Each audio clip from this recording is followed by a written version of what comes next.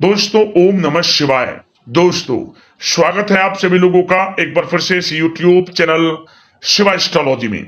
आज की बहुत ही खास और बहुत ही महत्वपूर्ण वीडियो में दोस्तों पूरे 500 सालों के बाद बन रहा है दिव्य दुर्लभ महाशुभ संयोग 24 अप्रैल गुरुवार वरुथिनी एकादशी।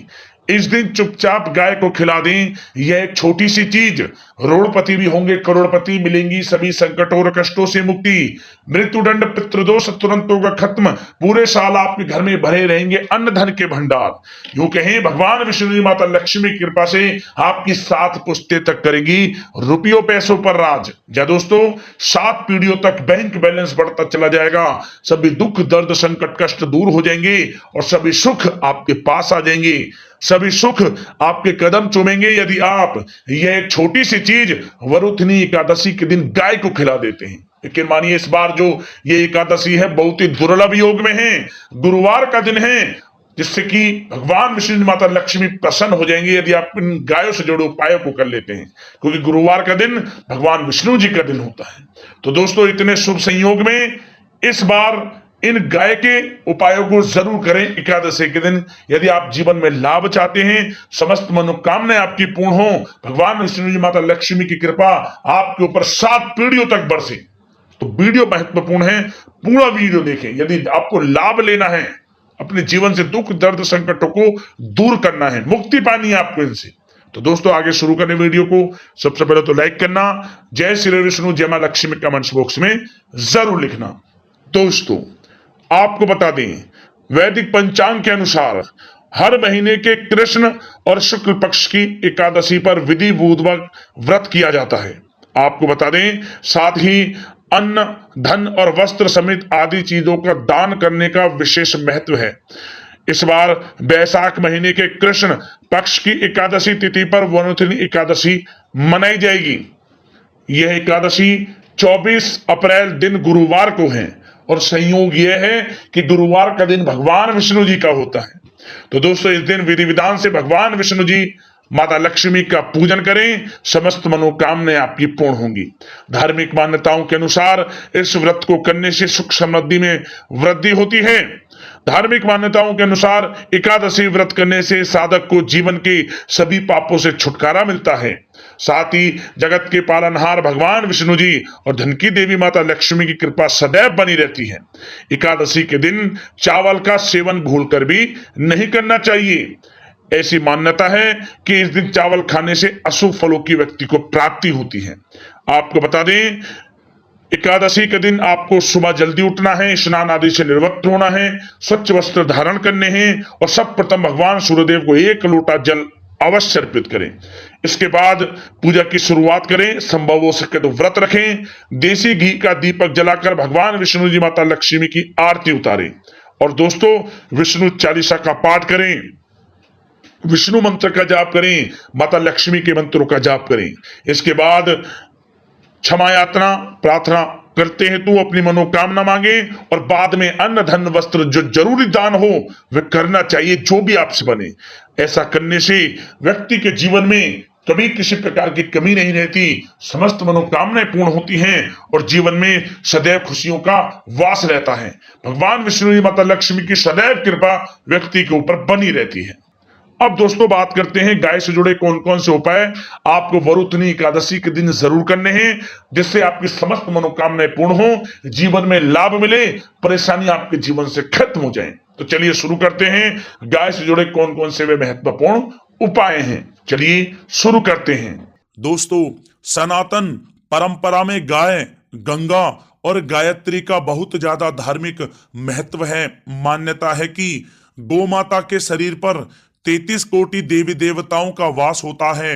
गौ माता की सेवा एवं पूजा करने वाले जातक पर इन सभी देवी देवताओं की कृपा बरसती है। गौ सेवा से ना सिर्फ इस जन्म के बल्कि पूर्व जन्म के भी दोष दूर हो जाते हैं।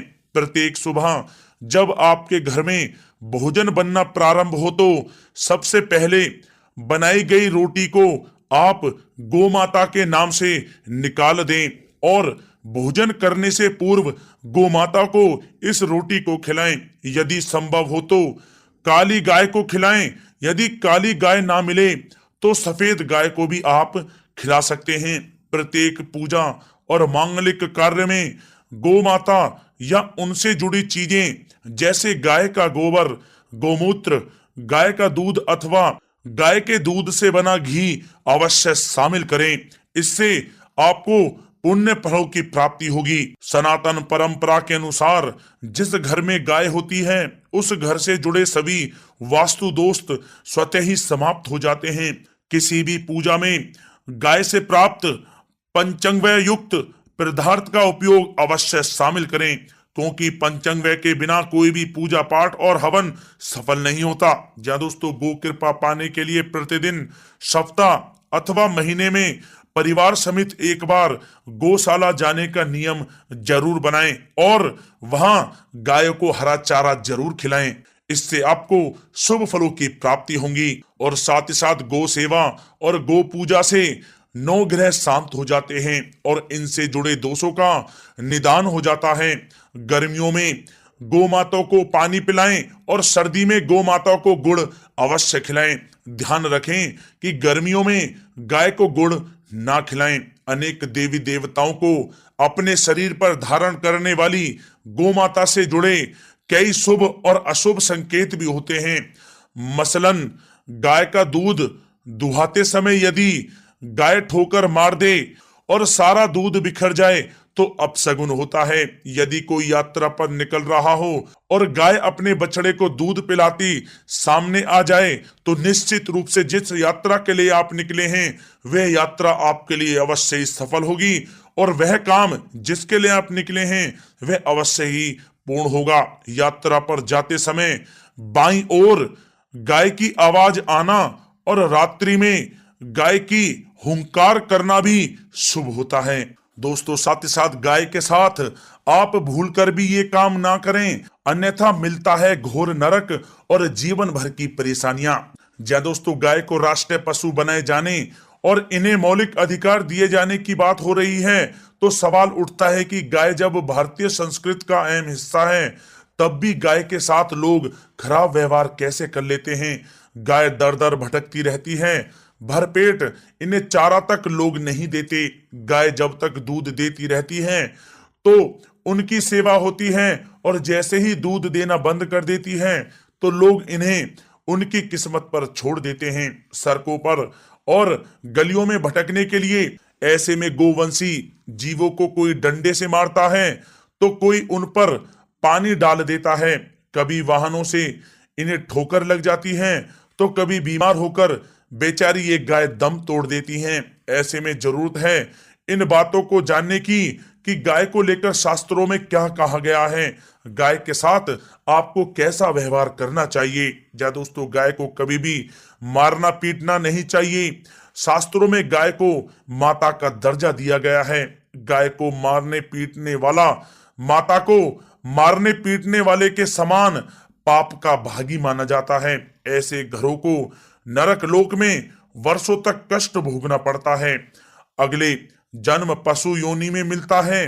कथा है कि गौतम मुनि ने गलती से गाय को डंडा मार दिया था जिससे गाय की मृत्यु हो गई थी और इस पाप से मुक्ति के लिए इन्हें वर्षों तक तपस्या करनी पड़ी।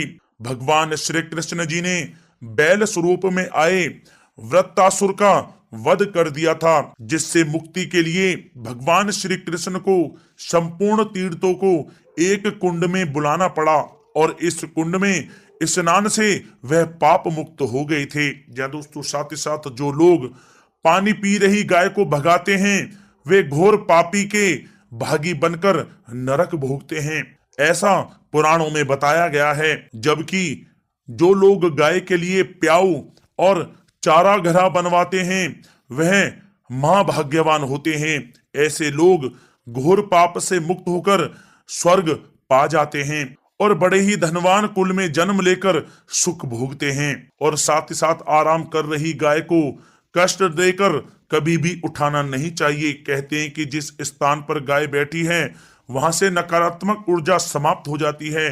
गाय के बैठने की जगह को जो लोग नियमित साफ रखते हैं वे पूर्व जन्म में किए गए जाने अनजाने में पापों से मुक्ति हो जाते हैं और गोलोक में स्थान पाते हैं। गाय को डंडा मारकर उठाना, पानी डालकर उठाने से मनुष्य पाप का भागी बनता है और अगले जन्म में उसे दर दर भटकना पड़ता है। और साथ ही साथ शास्त्रों में बताया गया है कि गाय का दूध उसके बछड़े के लिए होता है।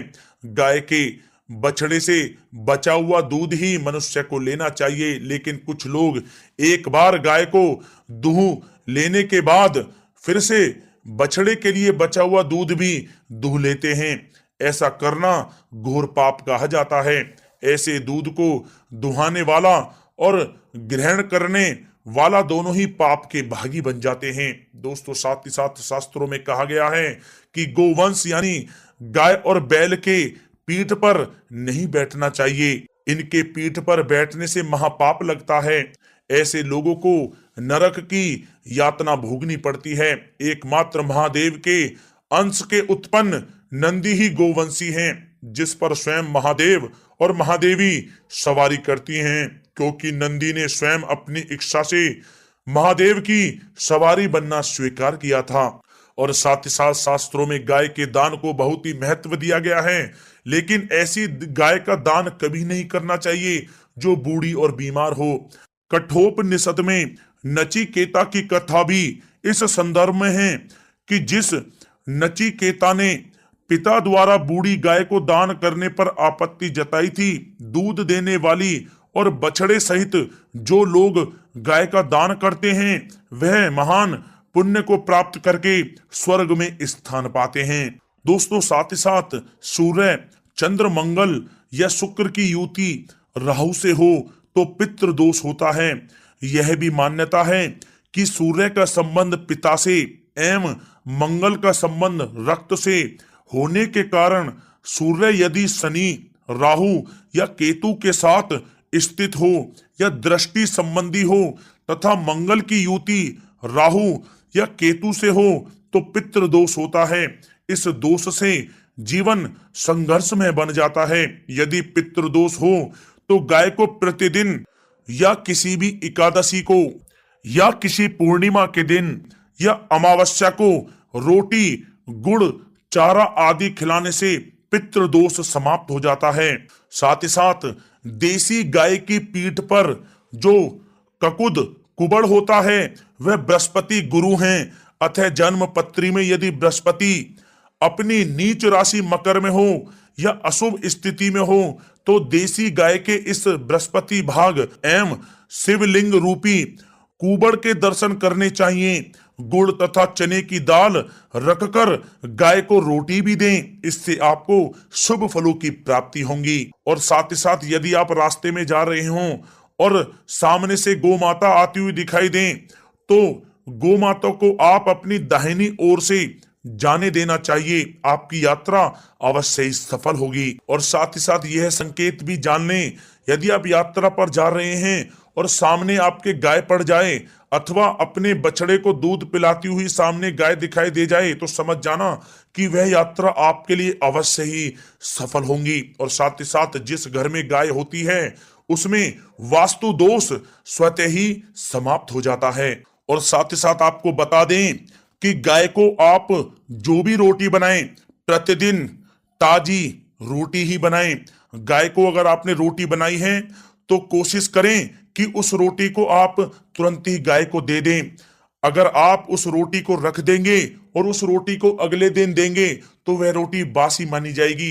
गाय को कभी भी बासी रोटी ना दें, इससे घर में नकारात्मक ऊर्जा वास करती है और जो भी कार्य आपके बनने वाले होंगे वह कार्य भी आपके बिल्कुल भी नहीं बनेंगे। इससे आपके घर में हमेशा दरिद्रता का वास रहेगा और आप जिस भी कार्य को करेंगे उस कार्य में आपको हमेशा असफलता ही हाथ लगेगी। इसलिए कोशिश करें गाय को रोजाना ताजी रोटी बनाकर खिलाएं और रोटी को बिल्कुल ना रखें, बासी रोटी गाय को ना दें। और साथ ही साथ सड़ी गली चीजें गाय को नहीं खिलानी चाहिए कि घर में कोई फल है, कोई सब्जी है, सड़ जाए तो लोग क्या करते हैं गाय को खिला देते हैं। नहीं, ऐसा नहीं करना चाहिए। ऐसा करने से यदि आप गाय को खिलाते हैं तो और आप पाप के भागी बन जाते हैं।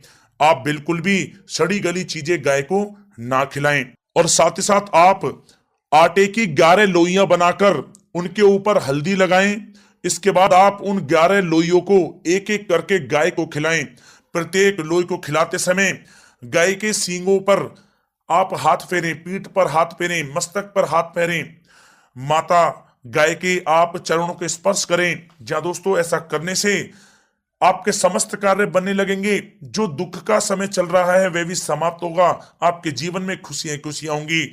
और एक बार आप 7 बार गाय की परिक्रमा भी कर लें तो आपके समस्त कार्य पूर्ण होंगे। और साथ ही साथ आप गाय को जब भी रोटी दें, रोटी पर या तो आप थोड़ी हल्दी लगा लें या थोड़ा गुड़ रख लें। अगर गुड़ ना हो तो आप थोड़ा मिश्री रख सकते हैं, थोड़ा घी रख सकते हैं। या दोस्तों गाय को कभी भी सूखी रोटी ना खिलाएं। सूखी का मतलब गाय की जो रोटी रखें खिलाएं उस पर कुछ ना कुछ रख कर खिलाएं। हल्दी रख लें, गुड़ रख लें, मिश्री, घी या जो भी रख लें, मतलब खाली रोटी नहीं खिलानी है।